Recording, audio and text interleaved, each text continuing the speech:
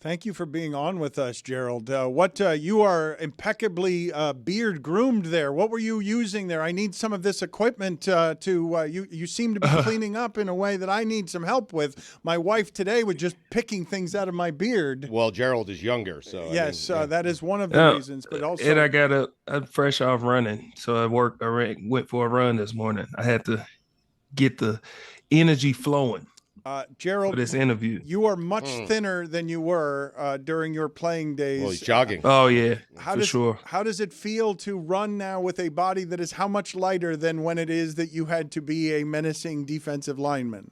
Oh, it's so much better. Knees don't hurt, ankles don't hurt. I've never been I've been a runner, like a sprinter, but I've never been a runner, like distance running. So I don't run less than 2 miles now. So it feels great.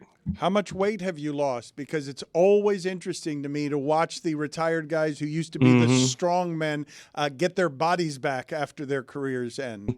I fluctuate in between 30 and 40 pounds that I've lost. The most I got to was 39 pounds. You put like the 26.2 on the back of your car, like tell everybody like, oh, I got this 5K coming up. Oh, I just competed the 10K. You walk around. No, I'm not that guy. Yeah, don't get there. I know how this starts. I'll never be that guy. Yeah, no, that's what you say now, but make us a promise right now. You're never going to change. You're never going to be that guy that starts telling all your friends and family, start signing them up for the turkey trot at Thanksgiving. Like, that's not what you want to be. That's not what you want to be. No, exactly. No, I promise you I'll never be that guy. Yeah, thank you. Right. I'm going to write that down. All right, it's been written down. The promise is now in the record book of Billy. Thank you for badgering poor Gerald McCoy about turkey trots. It's important, though. It is. Billy's right. It is important. It's for his own good. I mean, it sounds like I'm being annoying, but I'm telling you, people are going to hate if you become that guy, Gerald.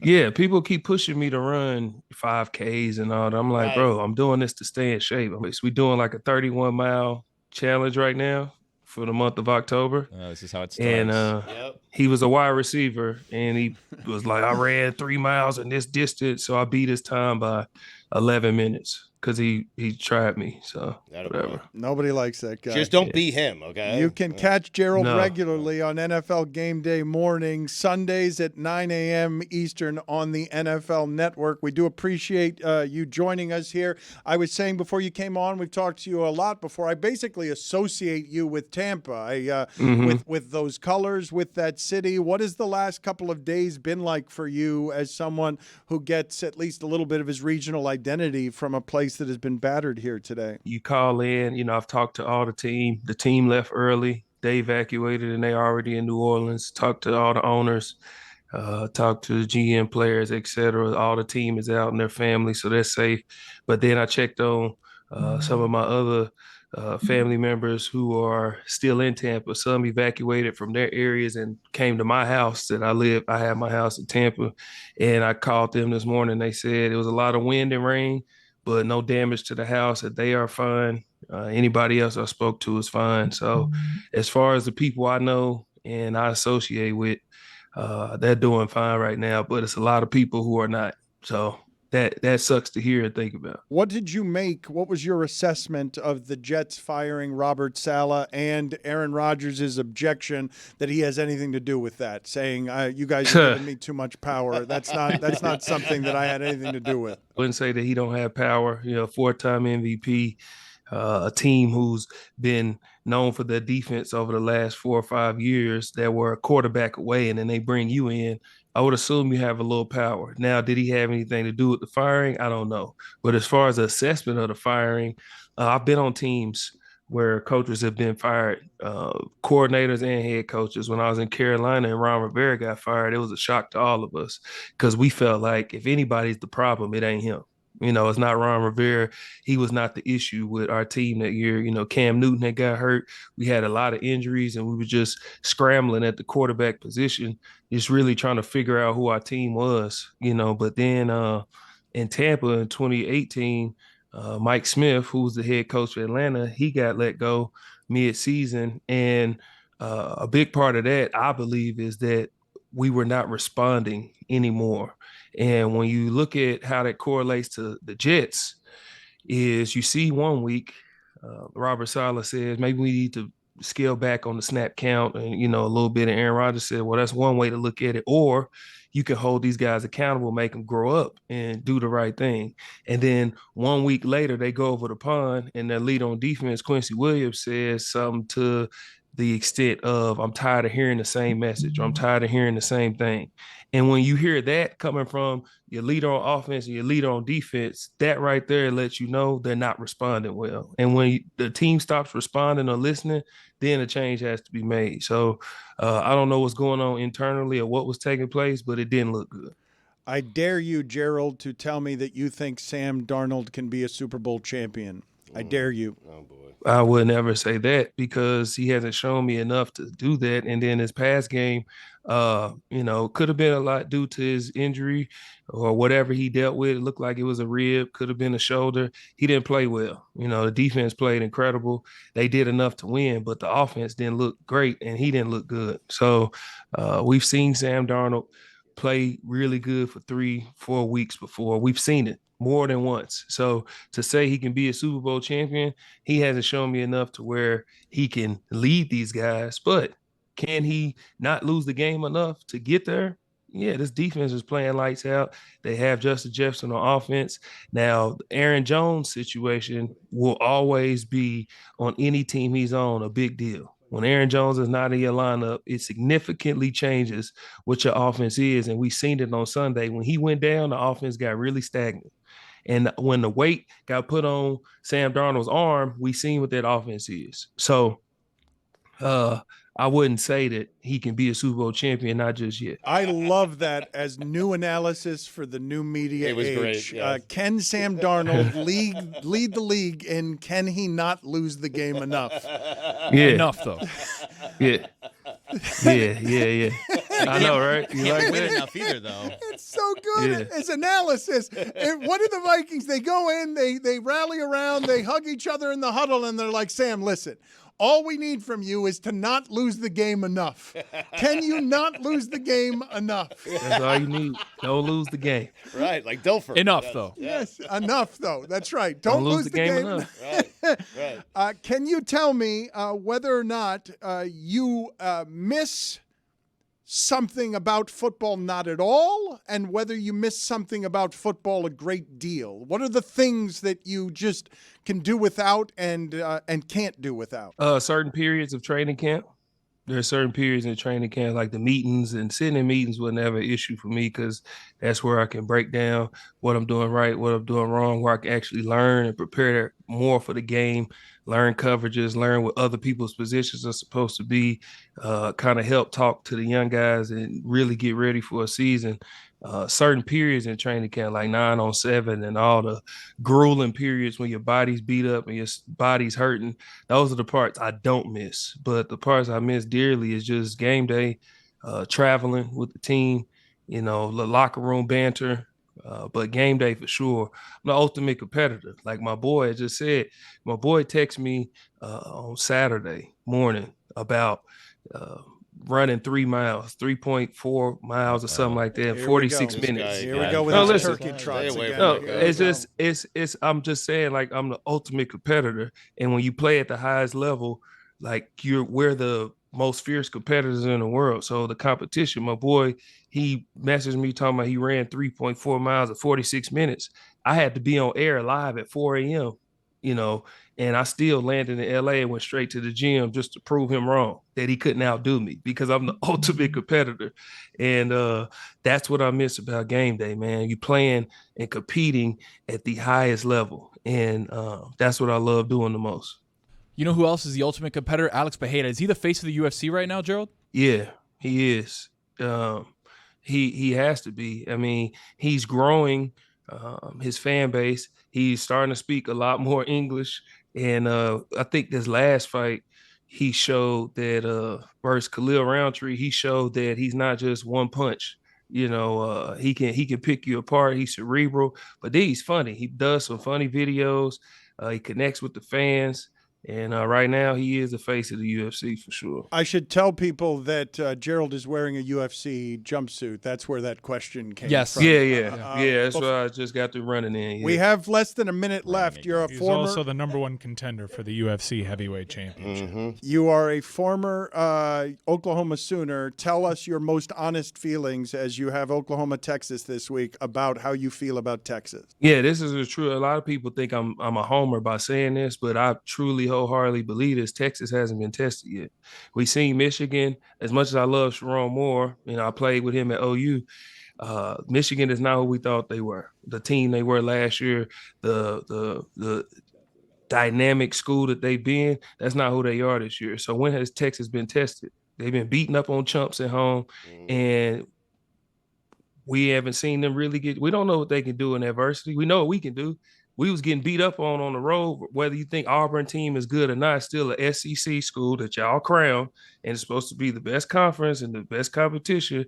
We went on the road with a true freshman quarterback, and we came out there, fought through adversity, and got a win.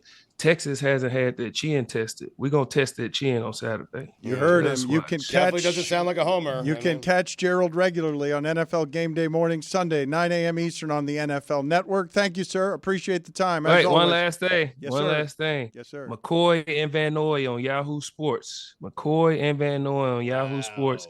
And then also follow me on all these platforms. That's I will be posting different things. I will be posting different things where you can help relief for Tampa and the hurricane. So follow me, subscribe to McCoy and Van Noy on Yahoo Sports. I love you guys. I appreciate y'all having me. Likewise. Love you Turkey too. Trot information available to Upcoming, you wherever it is you find your McCoy. Pitch clock is next. Yeah.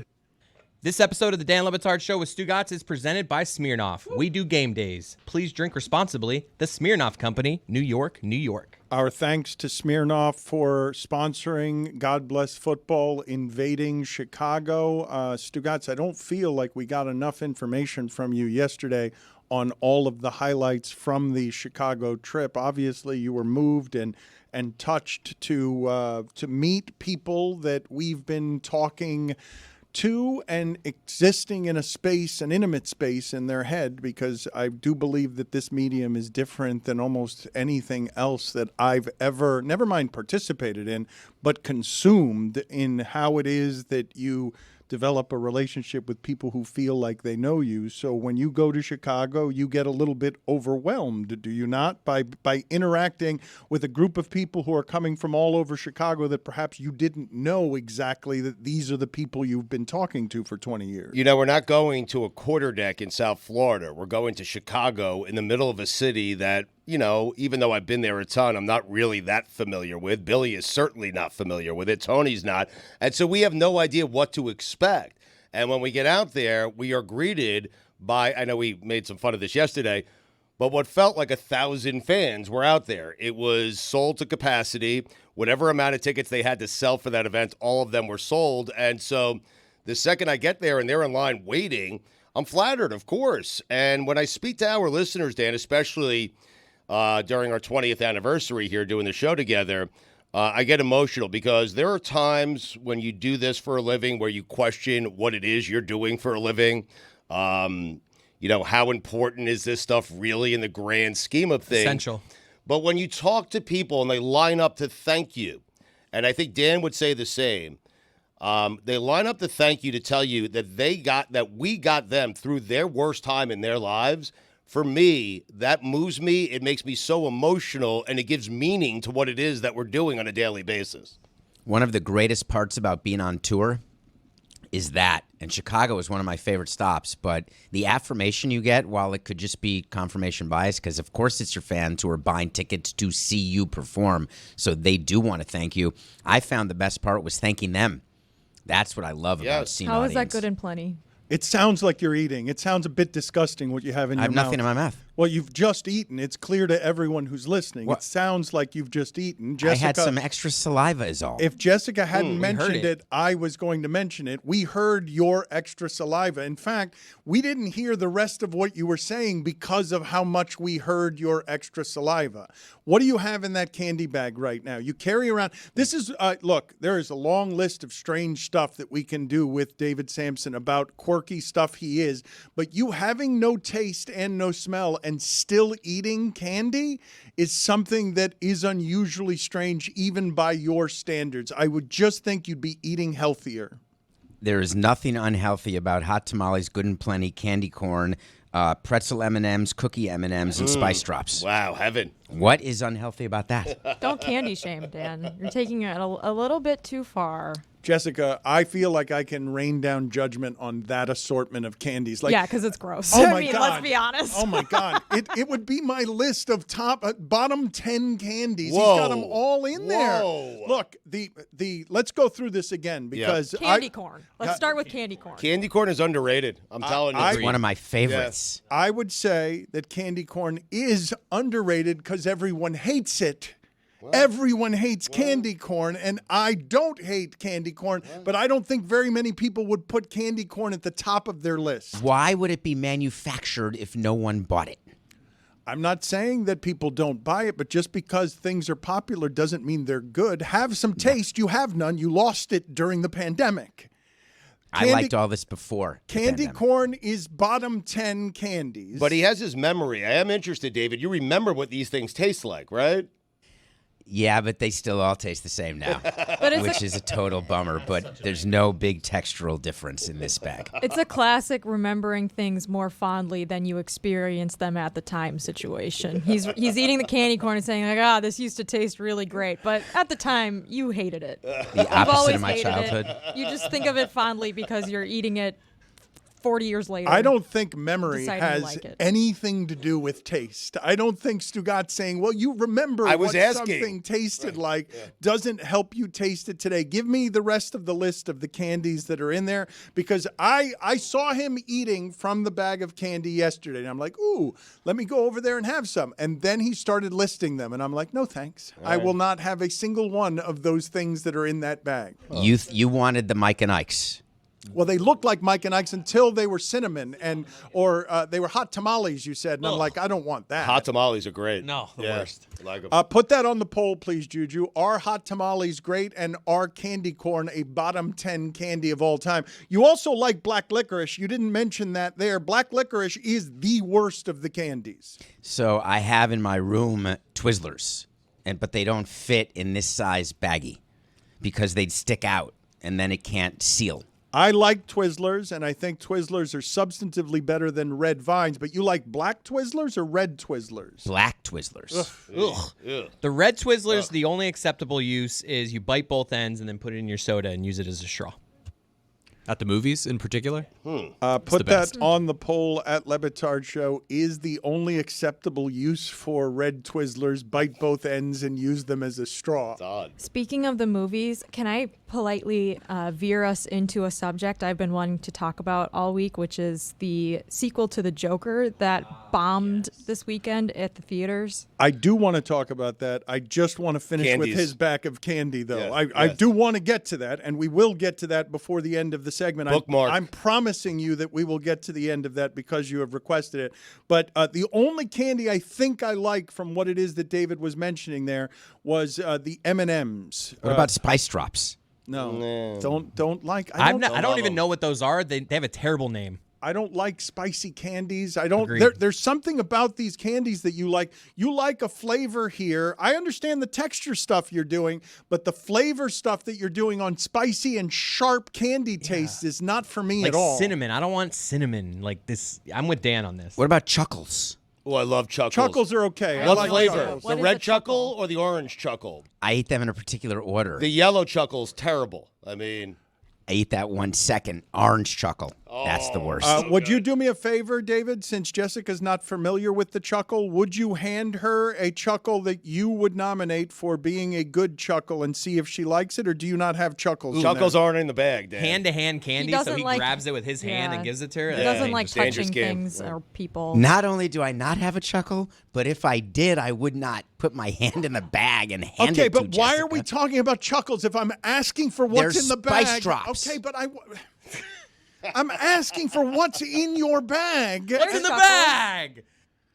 And you're not telling me what's in the bag. You're offering me candy options that are not in the bag. Jessica, if you feel you can just touch that purple thing right there on the left, I don't just like that. the way this sounds. With that one right. Chris, get out. Stop that. Get off my plane. That's a spice drop. I'm showing you on top of the bag. If you can I see just grab that. I don't think people this is listening, be he's possible. opening the bag now for her to reach. Your hand's in the way. Grab David. the purple See thing. if you can grab. I can't believe these germphobes. And David's not going to eat this candy anymore after this.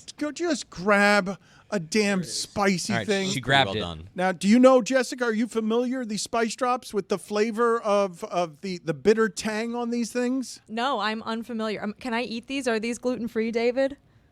Yes, I think I have zero I think idea. these are all sugar. I don't think there's any breading in the spice drop. You never That's know. what gluten Sometimes is. there's flour in things that you don't expect there to be flour in. I'm not David. guaranteeing anything. Okay, I'm willing to guarantee it, but would somebody please look this up? Is there gluten in a spice drop? Because I don't think candy generally, not this kind of candy, I don't think there's a drop of gluten in that bag of candy because Okay. it's just all sugar. We've confirmed they're gluten-free. Why am I eating this, by the way? What is this? Just to tell us whether it's any good or not, because I don't think that there's a good candy other than the M&M. Oh. Yeah, it's not good, right? Oh my God! Yes. It tastes like a liqueur. Paint the picture, okay? Yeah. Liqueur. Like a Yep. maybe like an ouzo flavor, Don't know what that like an flavor is. anise, like an anise. Yes. He likes that black what it is? licorice type of flavors, and It's not bad, but it's not good. Like I would The certainly face you're not making. I wouldn't choose it for The face, myself. the face you're making implies it's not good. You are chewing it. I buy them in bulk. So whether or not spice candy, spice drops have gluten depends on the brand. So I'm not certain what brand you got. That's so bad. I'm gonna kick your ass, That Dan. is so bad. Oh, no. This is the time that Stugotz is going to read the internet. You asked correctly. me. It is- I did ask you, but I asked you before she poisoned herself. I asked you for the I'm information. the only one who looked it up. I asked for the information before she put it in her mouth. What else is in the bag, David, before we get to Joker 2 bombing? And I don't know if any of you guys are watching The Penguin on Max or if you've read about all the things Colin Farrell had to do to not look like Colin Farrell, to look like the Penguin, that included a detachable Velcro penguin penis that had a beak. There were an assortment of things that he had to do with his costume that Colin Farrell said he never wants to see that costume again. He's unrecognizable as the Penguin. But before we get to Joker 2, what else is in the bag? What else is in the candy bag, David? Good and plenty. Those are okay. And the cookie, there's several types of M&Ms. You got the regular M&Ms. You have the cookie inside M&Ms. You have the peanut butter inside M&Ms. Great. And the pretzel inside M&Ms. Overrated. That are mixed here. Yeah. Which is the best of those M&Ms according to you guys? Can we get a consensus here? Because I like the pretzel M&M. I'm with Dan. I like some of that, even though Stugotz says that that's overrated. I don't know. I like the peanut butter ones, but that wasn't listed. Yes, No, it was. peanut Oh, butter's in peanut there. butter was in there? Yeah, there's no peanut M&Ms. Oh, I thought you said It's- peanut. No, I have no peanut M&Ms ever in the bag. It's Ever. peanut butter. Put Okay. it on the poll, please, at LeBatard Show, Juju. Best of the M&Ms, the peanut butter M&M, the peanut M&M, the pretzel M&M. Which one am I missing? Slim Shady. Well, the original. Yeah. No, but there was a fourth one that he mentioned. cookie. The cookie M&M. So is his penis even in the movie? I don't know, but I just saw an interview with Colin Farrell. I have not seen The Penguin yet. I saw an interview where he explained that it's a detachable penis that came with a beak and he never wants to see the costume in general again because he looks like he's 150 pounds heavier than he actually is. And there's no indication that it's Colin Farrell. If you're watching The Penguin, no one would have any idea watching this movie that that's Colin Farrell in any way. Did he do that so when he wore pants, you'd see the beak through the pants like the pole vaulter? Again, I don't know how the penis was showcased for the Penguin. I'm just simply telling you that this was what he said when he was quoted in a magazine article. Am I I read. about to have to Google penguin. I already did penis for you. just did it. It says, Yeah. Oh, speaking all right. with 3 people did before me. Farrell revealed the existence of the penguin's beaked penis. Apparently, the villain, who goes by Oz Cobb, or maybe Ooze or Oz, Chris Cody, in the HBO limited series, has a nude scene. While there isn't any full frontal for Cobb, Marino still decided to make a penis for the character. Marino is so twisted and brilliant. He was like, "I made you a penguin penis," said Farrell. Thank you for not making Jeremy look up on the work computer penguin penis. So what happened with Joker 2? It is not, I don't know, has there been another one made since Heath Ledger perfected the Joker and it was his lasting legacy before dying? Yeah, so the first Joker movie with Joaquin Phoenix came out probably, 4 years ago, 5 years ago now? And Oscar worthy. Yes, he nominated for awards. He won the Oscar for Best Actor. Todd Phillips was the director of it, and it was a huge success, made $1 billion, but it was pretty controversial for some of like the themes in the movie and the sorts of like people that a lot of critics claimed it would inspire. Like, a lot of people said that the sort of like lonely male character in it was a pretty bleak character, and that it would be celebrated by the wrong kinds of people, and so like the Joker character kind of became like a folk hero for a large segment of the population, while a lot of other people were like, this movie is trash and the message it sends is trash. Doesn't really matter though, because it was a humongous success, so the studio decided to make a second one. However, there's been a ton of changes at Warner Brothers from the top down at the studio, and in the process this movie kind of got put out on its own with 0 screen tests. Apparently Todd Phillips and Joaquin Phoenix sort of had the concept for it that came to Joaquin Phoenix in a dream to make it a musical, and they decided to just go with that. They each got paid like $20 million for it. Lady Gaga came in. She got paid $12 million for it. It's a sort of musical. They've denied it's a musical, but it is a musical. And apparently it's terrible and is just a truly horrific movie. And no one has seen it, and so it's completely bombed. It's had a worse opening weekend than like Morbius and like a bunch of other very noteworthy superhero flop movies over the last decade. So it's like a huge disaster, and it seems like the director and Joaquin Phoenix sort of just they did it for each other. And so Todd Phillips has been on a ranch all weekend while his movie's been flopping in the box office. They did it for money. Well, yes, what would you like him to be exactly. doing this weekend? For each other to make money. Right. Yes. Correct. When a movie doesn't work, what do you do? Like, I'm picturing Kevin Costner with Horizon. Is he going theater to theater, city to city, buying tickets? No, it's Should he not be on it's his just ranch? a funny visual that he's like hiding at a ranch because his movie's so bad. Like, it is a truly bizarre concept for a film. Like, the first Joker was like the antithesis of what you would picture a musical being, and so then to have a sequel that is sort of like completely separate from what your first movie was. And to be fair, I haven't seen it. Did I read the entire plot on Wikipedia last night? I did. It sounds really depressing and really sad, just like the first one, but it is like totally bizarre that they decided to make it a musical, to cast Lady Gaga, to have them both sing and perform throughout, and it sounds like it's just two guys that were sort of left to their own devices with very little input from the studio, and it didn't end well. I was looking forward, unsurprisingly, to this becoming a musical, and I thought it was going to be great if they took this story that the segment that we're talking about, it's like it was pretty big in the incel community. And so all these guys were going to be forced to watch a musical as a follow-up to the movie that they were so excited about. And all of the folks like myself that were like, man, this is a rough plot in the first one, I was excited. I was like, oh, okay, they're going the opposite route. They're going to send the opposite message. They're going to sing songs and dance. And then they spent the entire promo of it making sure everyone knew it's not a musical. They just sing when they're too overwhelmed with emotions. Well, sir, that's the definition of a musical. Well, Joaquin Phoenix is somebody whose movies and choices I will almost always check in on, but his last two, it's this and Napoleon. I don't think Napoleon did well either. I am remiss in thinking that Heath Ledger was the last Joker, because now that you mention it, the original Joker with Joaquin Phoenix was critically acclaimed as the rare dark movie that people really enjoy, even though they don't necessarily want dark movies. People don't go to the movies generally to feel dark stuff. So I understand the criticism of, especially in the age of angry, lonely men who are either trolls on the internet or capable of violence in public, feeding the kind of narrative that is dark, angry loneliness from men who just wander around life with their anger. Napoleon did $61.5 million in the United States and did $221 million worldwide. I have no idea if that's good. Not for what the budget on that was, and not for a Joaquin Phoenix vehicle. It was supposed to be something that was bigger than that. Maybe he had a percentage on the back end. So maybe we don't know. It could have been profitable for the studio. But it's interesting to think about what studios do to get a film done.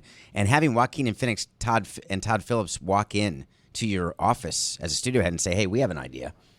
And they're going to do it. You're going to do it. That's the thing. Like, a lot of the execs told this. I'm getting all this information from the Hollywood Reporter's article about this, by the way, to give them credit. A lot of the execs that they interviewed were like, you would be stupid not to greenlight a sequel to The Joker because of how big of a movie it is. However, maybe giving the director carte blanche to make whatever he wanted wasn't the best idea. I also have a list from Reddit, so I have not fact-checked this, Dan. This is a list of movies that opened bigger than Joker 2. B-movie. Oh, classic. You Don't Mess with the Zohan. Morbius. Wild Hogs. Scary Movie 4. Grown-Ups and Grown-Ups 2. Medea Goes to Jail. High School Musical 3. That's the best movie. Was of Wild the list. Hogs the one with like Robin Williams, John John Travolta, like, yeah. taking like a motorcycle trip across the country? Yeah, classic. You make fun of that, but that opened big. In fact, they had a sequel. William H. Macy was in that. Like, it opened huge, and it is funny. Tim Allen was in it as well. Marissa Tomei was in it? Wow. Now I'll go. How do you know William Macy, Wild Hogs 2, and you didn't know Jared Leto or Joaquin Phoenix as the Joker? I just forgot. It's not that I didn't know, I forgot. But I wanted to ask you guys something when it came to the superhero movies, because they are saying now that the next big show on Sunday night for Max, after Succession, after Game of Thrones, is the franchise. It is superhero satire, which is a lane now that Deadpool and others are occupying, Guardians of the Galaxy, where it's not your typical superhero movie that is meant to be heroic, but the writing on these things is not unlike The Boys on Amazon, where you're just sort of spoofing the form and doing satire. Have any of you seen the franchise? It's being billed or marketed as the next big thing that Max is going to have on Sunday nights. I haven't seen any like promos or anything for it, but I know that one of the executive producers is the guy that did Veep, and he, I think, is really funny, has made a ton of really funny shows, so I will probably watch it. But I have recently finished watching The Boys on Amazon Prime, which is sort of like a spoof of a superhero premise where, spoiler alert, the superheroes, they're bad. It's great. All pretty bad. It's a great show. It's one of the best things that Amazon Prime has done. It's so gory, and I love that Éomer from The Lord of the Rings is in it. But anyways, I never thought that I would enjoy any sort of superhero anything, but it is actually really, really funny. So open-minded about like superhero parodies as long as they're well made, I think. You said the franchise. I thought you were talking about when Showtime followed the Marlins for a year. I knew that's where you were going to go with that. I thought he was talking about Mark Sanchez. He is the franchise. That was a weird Sanchez. one because that show was going on and then it wasn't. It was 9 episodes. Let's go ahead and cover this now that David took us there, because it's his show. He decided he was a little ahead of the curve in terms of reality television and sports. I don't think that this was before Hard Knocks, but I think it was Showtime's alternative to Hard Knocks, and they decided to follow around the Marlins, and David Samson thought it was a great idea, and no one else with the Marlins thought it was a great idea, and as soon as they got inside of the clubhouse, everyone realized this is a terrible idea, but it's only a terrible idea because of how sacred sports views itself. I think David Samson was way ahead of the curve in knowing that this was a good idea, well executed, and it was just too hot for Showtime. It was too hot for Jeffrey Loria. That's why it got canceled. Because I remember that's the Ozzie Guillen era, and I remember Ozzie seeming like he loved the cameras and the attention. Did Ozzie fired him. We suspended him live. The other teams who do Hard Knocks in the franchise would do retakes and take twos. We did everything live, one take. And we would tell them, hey, we're about to meet with Ozzie Guillen, and we're suspending him, and bring in the cameras. And so they would have the cameras right there, and we'd suspend him, and it would be the first take. How long did this last before Jeffrey said no? 9 episodes, wasn't it? Something like that? It lasted through May, I would say. I just love the idea of David, like, you're suspended. I don't like how that went. Let me do that one again, guys. Restart. 5, 4, 3. You are suspended. Let me suspend him again. Take 2. Imagine Woody Johnson doing a take 2, firing Robert Saleh. Hold on, that knock wasn't good enough. Hold on. I got that good wood. David, you are saying, as they mock you for the idea of multiple takes, that you were doing this even more dangerously than any of these antiseptic edited shows, that the NFL has to approve everything. You were actually trying to do this with a degree of difficulty that would put owners in bad spots, and it's why it didn't last. And that's exactly the problem, is that what happened was our owner wanted to have a say over the edit. And Showtime did not want that. MLB wanted to be involved in the edit. And my view was, listen, this is real. This is what we're doing. We're suspending Ozzie Guillen. We're trading players. And we ended up trading a bunch of players during that season and after that season. I wanted the cameras to see it. And it's not like we're curing cancer, for Christ's sake. Oh, but the part about that's funniest to me is that David Samson, who has a reputation, okay, people can distrust his honesty. He was actually trying to give you the most honest version of this, and it was too hot for everybody involved. It's what Nothing Personal is. It's what I do every day. It's giving people actually what's happening. And yes, sometimes Coca gets pissed off, or sometimes Metalark or whatever, but I'm not making up things that are going on. And if the cameras are rolling, I've always been under the view that cameras should always be rolling. Oh, man, if NFL Films actually gave us access to the stuff that they don't allow on Hard Knocks because everyone is too sensitive about that, I would pay a lot of money for the archive footage that the Sables have hidden somewhere that they could blackmail the NFL with, because it's not all opera and editing. I love there's a family named the Sables that have all the information. If you have been listening to this show for a while, we have something that I believe no other sports show in America has, which is an assortment of people, not just one or two, who work with their father or have had frustrations around their father while working in and around their father. There's me with my father on Highly Questionable. There's Chris Cody producing his father's podcast and working with his father on Tuesdays. And there is Mike Ryan, who has publicly stated at every turn a annoyance with his father that I don't know has gotten any better with age. Your father just literally hit ignore on his phone call. He knows I'm working. What are you doing?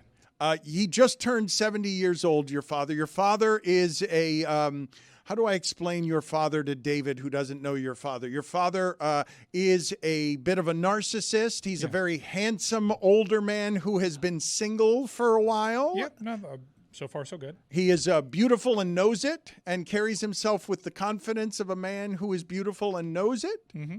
And you don't like him sometimes. We don't get along all that much. We don't have similar interests, and his general approach is different, but you don't get to pick your family. He's not somebody I would hang out with if I had the choice. And I hope he's not listening. I don't have the choice, and I love him very much, and he's a there you go. Really terrific Abu to Juliet. Really surprised us, but still, even there, it has to be done on his own terms. But that's all right. That's okay. Love him. A great-grandfather. I bring it up, not a great-grandfather as in your grandfather's father, but an exceptional grandfather is what I meant. The reason I bring it all up is because what are we missing that is about to hit the NBA season when the league's oldest player is playing with his son for the Lakers, and his son is only on the team because he's the son of the economy of the Lakers? He works hard. I'm so happy you brought this up because it hit me over the weekend. I saw this photo of LeBron sitting on the bench next to Bronny, and I thought, okay, you can't get more famous than LeBron James really, he's highest tier celebrity. But I think that he is going to connect with a certain group of fans, male fans, fathers, in ways that are pretty profound. Because when I saw that image, me being a dad really painted my whole experience with it. And I'm like, wow, this is going to be really cool to see a father-son working together, and dads, because so far in that uniform, there is one dad. It's a girl dad. It's Kobe Bryant. And he's always going to be playing catch-up there. Kobe Bryant, because of how he approached being a father, and also how he went out, literally being a dad in that moment with his daughter. It's a tough act to follow, but this is a cool, unique way for LeBron to connect to a certain member of his audience that caught me by surprise. I was just all caught up in all the talking points that went along with this, and then I saw the image, and I'm like, this is a father and son working together. This Sentimental is pretty cool. Right up until his son stinks, though. Like syrupy right up until his son can't play, and his dad is the world's greatest basketball player.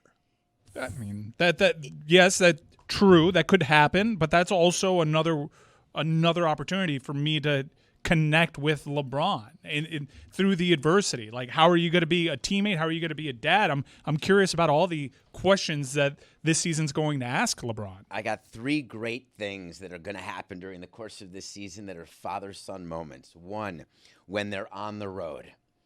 There's a lot of stuff that goes on the road with players. Are they going to have rooms near each other, different floors? Because there are players who want to be on different floors or same floors as their teammates. Neither one of them are going to want to be with each other on the road. This is my view, that they're not going to be sharing Why meals. not?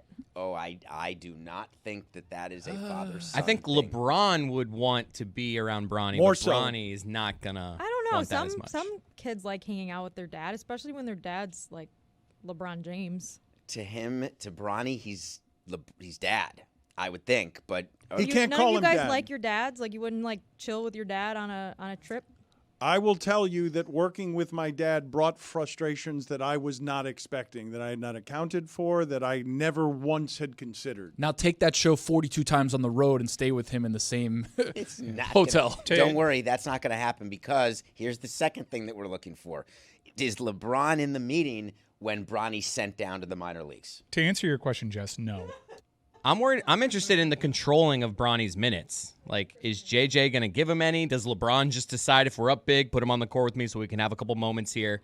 Like, there was a moment in the preseason where they played together, and it was nice, but it's... How many 19-year-old boys do you think want to be hanging out, traveling around with their dad? Never mind the NBA players. I'm just asking, how many, or is he 20 years old? I think we have a lot of daddy issues on this show, frankly, admittedly from people in both of these rooms. So I would put the number higher than you'd expect. I wouldn't say it's most people, but a lot of people would like hanging out with their dads, I think. I do go to lunch with my dad sometimes. You would probably hang out with your dad, Chris, more than anyone. Yeah.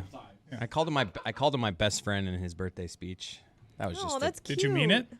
Yeah, I think so. At this point, I mean, I have kind of grown apart from like people I would consider my best friends. So like by default, I talk to them a lot. Well, but what is I'd happening? go to lunch with your dad. What is happening with both you and Mike is, does he? I'm surprised by that. Sure My LeBron dad does too. not. Not with you, though, Dan. Which is another one of my issues. He pays for me, though. How much time do you have? I do think that when it comes to both Mike and Chris, the idea that their lives would shrink with fatherhood, where it gets smaller, and they then see what great grandfathers they are, I would think that would be a glue that would bring you closer together than you were before the birth of both of your daughters. 1,000%. Me having my daughter brought me and my dad closer. And like I said, I'm really blown away by how good he is with her and how readily available he's been compared to where my expectations were. So, yes, I just for the record, I love my dad.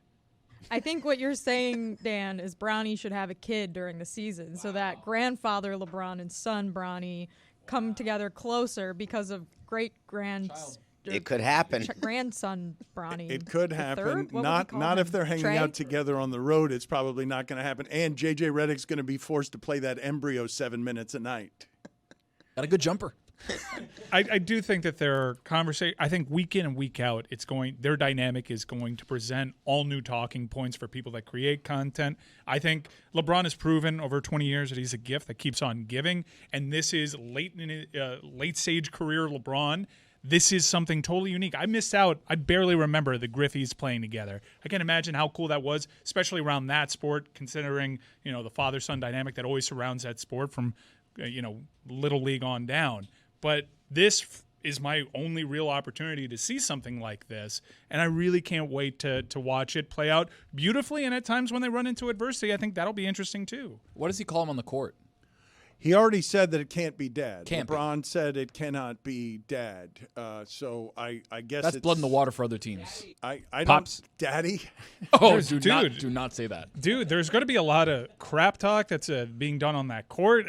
I'm fascinated by it because we've never really been presented with this scenario, at least not in modern times. That's actually interesting. Are other players in the NBA going to be like, yo, you don't deserve to be here? Yes. Like, talking shit like that? Yes. They're going to be very happy to make him look bad. Bronny, I'm talking about. We saw the Jaylen Brown clip, him mouthing he's only in the league essentially because of who his dad is. Like, the league is unforgiving in that sense. But you don't want LeBron to see you doing it because, like, you might have a friendly relationship, so you're going to, like, talk crap, but just like hope LeBron doesn't hear and this. LeBron also has to realize he can't do that. He can't put his son in there like, oh, what, your daddy's going to fight all your battles for you? Bronny's got to be his own man. And also keep in mind what Bronny's trying to do, considering the health issues that he had at USC. This is also a pretty fascinating story in its own right. Even if his dad wasn't in the league, people would have their theories about him only being in the league because of who his dad is, but him trying to overcome cardiac arrest, as it was reported. This is all, and who his dad is and playing in that shadow. There is a lot here. It's almost sensory overload with everything that's going on. I've got advice for Bronny.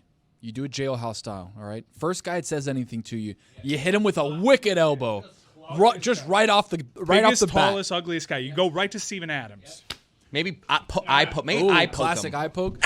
Hey, you're suspended 15 games, but you know what? I'm not here to mess around, buddy. You say something to me, you're getting this chicken wing right here. The eye poke would crush. What I don't understand is how it is that you guys just went both, and this I was not expecting. You got to go and take out the biggest guy in the prison yard, but you have to do it like one of the Three Stooges would do it. You have to do it with a. There's something on your shirt. What if he does the hand in front of the nose where you can't do the poke of the eyes? Kick him right in the nuts. The Watusi, where you just Watusi. Did you know if your hand is bigger than your face, you have cancer? What's capital Thailand? You guys have basically the move. Are they still doing? Please smack David's hand into his face right now.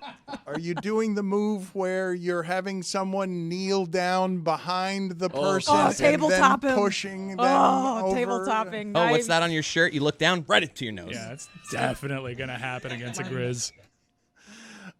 So Shannon Sharp, you imagine that Shannon Sharp, well, he's pro-Lakers and anti-Memphis, but when that stuff all escalates, that Shannon Sharp wants to fight the Grizzlies, it's because Ja Morant's dad is coming after Bronny's kid. LeBron's kid is where we're going to end up. Can't wait for Dylan Brooks to try this. Is this well, he's on Houston now, so it can't be with unfortunately can't escalate with the Grizzlies again. Is this season sneaking up on you like hockey? Or I mean, are it's you here. aware that there's basketball preseason? is here and the preseason is here, but I do believe we haven't talked at all about Bronny and LeBron. Like, we have spent no time talking about, really, I think one of the few reasons to talk about the Lakers this year, because, I mean, the entire conference is past the Lakers. Like, the last few years of LeBron, the only thing about IST, what are we doing? He's won 2 trophies there. The entire conference has passed LeBron James's Lakers, and they're only interesting as a story because they've got a famous player and a narrative that we have not seen, father and son. You're selling them short. The J.J. Redick thing is fascinating. I have a podcaster as our head coach now. who's now tasked with coaching a father and son. This is all real good stuff. It's like a sitcom. I cannot wait to fall asleep midway through the second quarter of these games. Oh, same. It's going to be awesome. Did you guys see JJ Redick doing like a sort of podcaster thing in his media availability the other day where they were like, is Rui going to take the next step? And he's like, what's the next step? What do you mean? And they were like, well, like he's asking follow-ups to the It was media. such a simple question to answer, and he made it like, you're creating the narrative. What do you think his next step should be? It's like, just answer the question. It was really amazing. weird when he did a game time promo, too, at the end of it. He's going to do first take in the question and answer because he's annoyed by how little the media knows about the sport it's covering. Like he's not going to tolerate that. JJ Redick has been professionally annoying since he got to college. Like it's part of the brand. It's going to end badly. We know this, right? The Bronny LeBron thing, JJ Redick, the Lakers not making the playoffs, Bronny being sent down. Shocking you would have such a good outlook on this. I love the story. I was thinking in my lifetime I'll never see another father-son ever in the NBA. Ever. What if we just recalibrate expectations for one of sports' biggest franchise and just make this about a son having a good time with his dad? Yeah. I have daddy issues. Dishes. Nope. You worked hard, though. Jessica accused us all of having daddy issues. You all do. And I can tell because I don't. I just have mommy issues.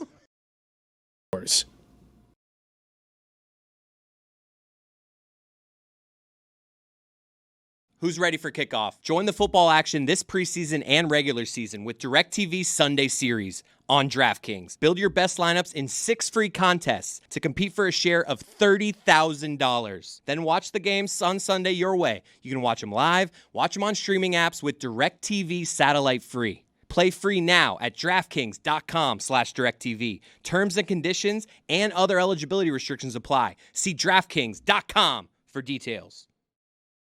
Welcome to DraftKings Crowning Moments. I'm Mike. This is the segment in which we spotlight some winning bets from the NFL weekend. And let's begin with Isaiah Likely. One bettor out there just risked $100 on Isaiah Likely to score 2 or more touchdowns at a whopping $3,600 payout.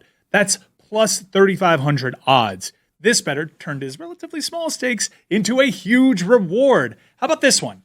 Someone put $3,000 on T. Higgins to score an anytime touchdown. Now, that's a sizable investment. But at plus 175 odds, that paid out $8,250. And how about in the NFC West? Kyler Murray looked so good against San Francisco, a huge upset that I'm sure nuked survivor pools everywhere. But he ran wild against the San Francisco 49er. And better out there put $2,000 on him to rush over 30.5 yards at minus 115.